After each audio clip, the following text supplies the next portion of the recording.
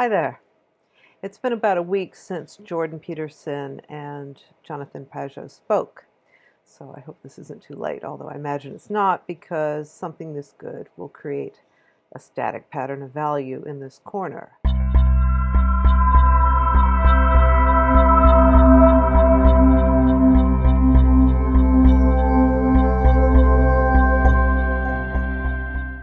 It might be the iconic dialogue of this new phase, because it is here that we really get a visceral sense of what Jordan is going through and, to some extent, where he's going.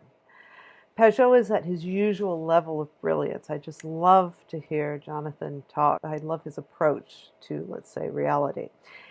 And it's his approach that necessarily dominates this interview, because Jordan seems to be looking to Jonathan for some guidance, let's say. And Jordan's own intellectual contributions are roughly in the area of his established philosophy. It's when he calls out to Jonathan for help or some assistance in understanding his spiritual self and attempts to find a way out of the chaos he's suffering through, that they both really shine. So let me start with the obvious: how much Jordan is suffering. And to see this man that we so admire, and I dare say love, even though my sole personal contact with Jordan Peterson is a single photo op in Toronto, but who is one of the great spirits in this corner, and perhaps, let's just say, the King Cyrus of this corner. So it's heart-wrenching to see this suffering. Now, I explicitly detest virtue signaling, so I want to say I'm speaking from the heart on this one. And I know I might have, I know I've probably virtue signaled in the past by omission. I've certainly not spoken about certain issues, so I'm sorry about that, but I try to avoid that kind of thing as much as I can. But what I mean to say is that we're really desperately desiring that Jordan start feeling better physically soon, especially after seeing this dialogue. And I think there's a real tenderness between these two that is not as obvious in the other recent interviews. And it really brings to the fore the suffering. I think it would be wise to remember that this could happen to us too at any time, and it would be wise to put ourselves in his shoes, because I think what he's experiencing is the tragedy of unrelenting physical pain. And I think that we all have something we're going through. For example, I've got a few issues myself, one of which is chronic tinnitus, and I can't sleep if I'm not blaring some YouTube waterfall or something. And it also there has to be this underlying high-pitched noise, because my tinnitus is like holding up two television sets to my ears. It's always there. And I have some other issues. But if I take my issues and multiply their negative impact on my well-being by, let's say, tenfold, I think that's approximately where Jordan is. So I'm just saying that we might be copacetic, remember that word, with Jordan. This could happen to us at any time. We have minor variations of this, and then look how he's powering through nonetheless. He says he's operating at 5%. Incredible. So this is someone to really look to for inspiration, and he's putting out these 2-hour interviews probably every other day. So aside from some medical intervention that works, what we hope is that somehow Jordan can emerge from the belly of the whale, which is certainly where he is now. Maybe he can emerge scarred, but no longer suffering to this extent.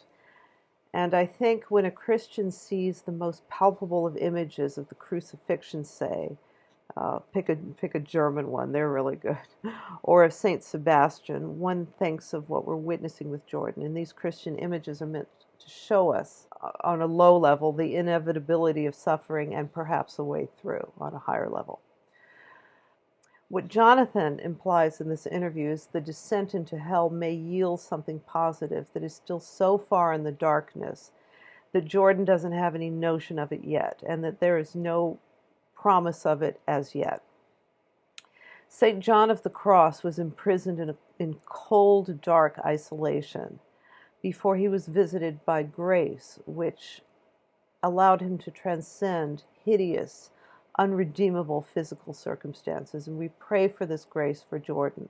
So these Christian images and stories are to help us make sense of and to give us hope and dare I say, promise for redemption despite this kind of horrible suffering, which, like I said, we may experience at any moment.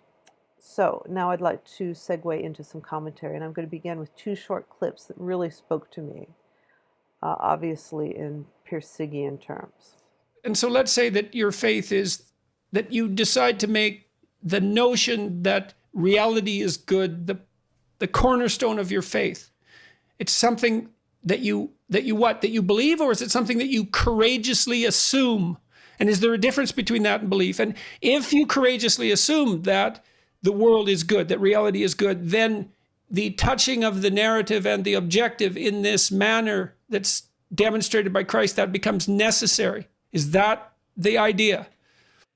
So to me, it's funny. I don't see it as an act of faith in the way that we think of an act of faith, like this jump of faith or whatever. I see it as an act of trust, faith as trust, you would say. That's fine. That would be a courageous assumption, yeah, if it's trust. And it's trust in the sense also of, so when we talk about the good, we always have to be careful not to just limit it to the good, to the moral good. There is the moral good. But when we talk about the good, we're talking about the good in a much larger way. And the good is the pattern of the things, right? And the sense that the fact that the world lays itself out as ordered, as patterned, inevitably, that there is no way around it. You cannot avoid the order of the world because in order for you to even perceive anything, it has to have an identity. It has to have a hierarchy, has to have a margin, has to have all these things. It's all there in every aspect. Every act of perception. Exactly. And so in every act of perception. And so it's that. So every act of perception presumes a value hierarchy. Exactly. You can't avoid it. And so it's not like an act of faith in the sense that I at the outset think the world is nihilistic and chaotic. It's like, no, I don't. I think that, on the contrary, I think that you could say it in a religious way, that the love of God holds the world together, and it's inevitable that things are held together by these patterns of being that are always aiming towards the good, even in the very identity of whatever it is that you're encountering. I don't think we need to assume reality is good. It is good because we see before us that progress of all patterns of value towards dynamic quality, which is the good in the metaphysics of quality. Not necessarily overtly, not necessarily manifest, but as a process occurring as an event. The patterns manifested by this event may not necessarily be good in themselves as they coalesce. They may be too chaotic or they may be too static, but eventually these patterns sort themselves out. Remember that Pageau in earlier videos conveys the promise of Christ, that he will return. And you can see this as symbolic or literal, but it conveys the message that patterns that aren't sustainable either break down or they restructure.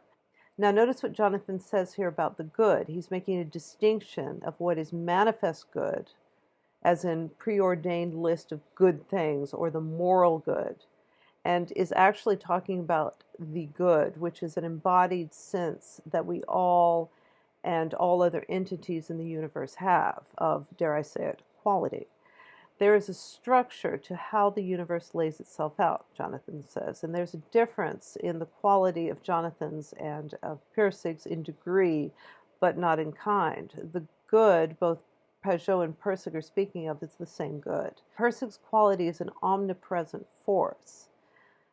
Always has been there, and we assume always will be there, of everything towards what's better. Narrative manifestation is not part of this good for Peterson, it just is. For Pageau, ultimately, it can be conceptualized as God. The metaphor of the top of the hierarchy where everything is moving towards applies here. But it's also different in the sense that there is a more outward flavor to Pageau's God than there is to Pirsig's dynamic quality conceptually. However, in practice, the attention to God and the attention to quality is the same. It's in that attending that the subject and object meet, and the event of that meeting is quality or God. Pageau indicates the good is how the universe lays itself out in every act of perception, and that is a pattern, and it is a reliable and consistent and, let's say, eternal pattern. Pirsig also sees a pattern of reality, but this pattern is not conceptualized to such a degree, a narrative degree. It's more of a force, an interaction between the creative force of dynamic quality and the static patterns of value left in the wake of this event. The first pattern in the metaphysics of quality was the Big Bang, and from this, the trajectory of evolution came, and all manifestations of static patterns of value evolving towards what was better. But you have to ask, where did the Big Bang come from? Let me ask you something personal then. I mean, you weren't born an Orthodox Christian. This is something you came to. How? Well, I think that it has something to do with what you said before. It does have something to do with the sense that Christianity had fallen away from its original story and its original all-encompassing, let's say, cosmic narrative. And so it was really, I would say, in searching for that and kind of discovering symbolic thinking on other fronts and feeling like I was confronted by this. Like, okay, so I can see these patterns. I can see the world through this coherence. And it's like, why is it then that Christianity doesn't have this? And then after more looking and more searching, I realized that it did.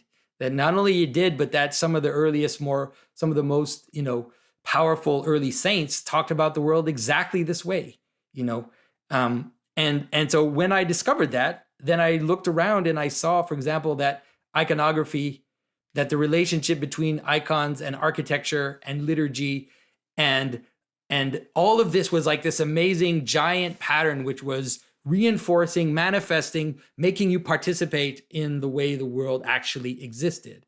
And so it was like this kind of self, this positive feedback loop, I guess you could say it in a good way, where it's like you recognize these patterns, you engage in them, you see them, you sing them. It's like this whole thing where you're engaged. And so I realized that it was really in the Orthodox Church that this was that had been the most preserved and the most alive, and that I would hear, contemporary Orthodox speakers or thinkers or theologians who talked about the world exactly in that way. And so I thought, okay, so this is the place. So while Pageau and Pirsig are talking about the same quality, Pageau's approach as to how to manifest this quality is one for the social level. That is a return to traditional Christianity in the form of orthodoxy, because it is that sect of Christianity that best evokes a connection to that eternal pattern of reality that Pageau has laid out in his videos and his brother has laid out in his book. To be connected to this pattern in an embodied way through ritual and community keeps someone on the quality track. The difference between Pageau's method and Pirsig's method is actually Pageau's is a lot more prescribed, because we're dealing with one level. We're dealing with the social level, and all religious practices and religion itself is in the social level. That doesn't mean it's not influenced or supported by other levels, but we've certainly talked about this in some of the Lila commentaries. Pirsig thinks that individual quality choices are what's needed, and that's all. And therefore, Pirsig's solution is much more in line with Peterson's. By the way, Zen on the Art of Motorcycle Maintenance is on Peterson's reading list, and I think this is because Pirsig demonstrates in an irrefutable way the reality of value, that better is a metaphysical constituent. At least this is what he has said, roughly. So this is the divergence between trying to get to the highest good in a religious way and a non-religious way. Both Jordan Peterson and Jonathan Pageau seem to be very much on the same page of attending to the highest good. But for Peterson, he wrestles with the social piece, I think. Again, to be a Christian means your practice is primarily within that level. And Peterson, let's just say, remains beholden to the intellectual level with the conceptual ideas of truth and individual responsibility. Now, these ideals, top down intellectually, manifest beautifully. They line up with the patterns of reality.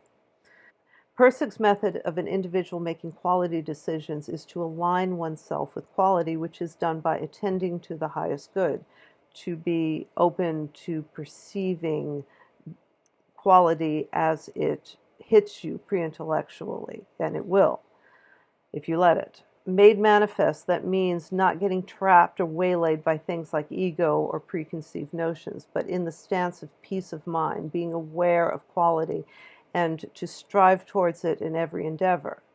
Pirsig engaged in Zen meditation, and for the secular, meditation and being in the moment might be all that's available, which does not address the social level with the same emphasis as Jonathan's solution, which is more, let's just say, in the world.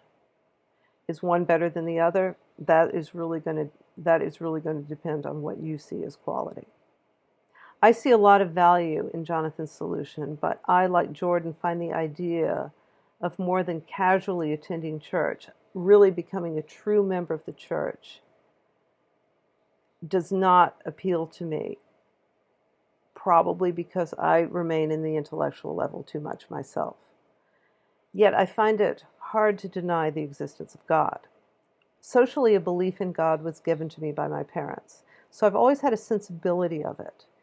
Socially also, being your typical college-educated liberal in the 80s, I made a lot of fun of religion. Remember, I was really immersed in postmodern, the real postmodern artistic era. Not that I glommed onto that too much. I mean, I think I saw it for what it was. Nonetheless, to be ironic and to denigrate social institutions was very much part of the culture of 1980s New York art school.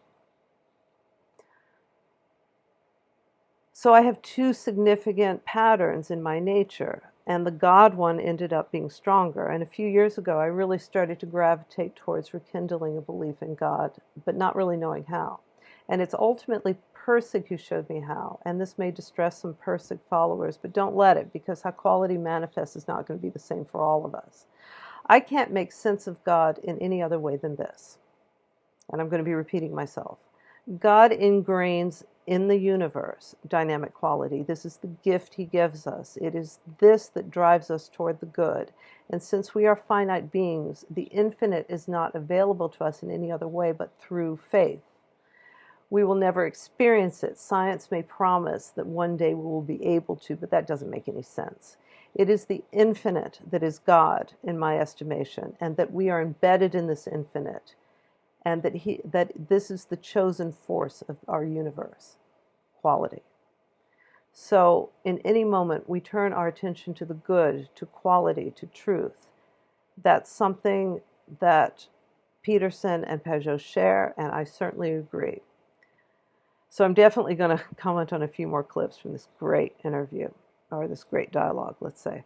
So I hope that made sense, and I will see you next time.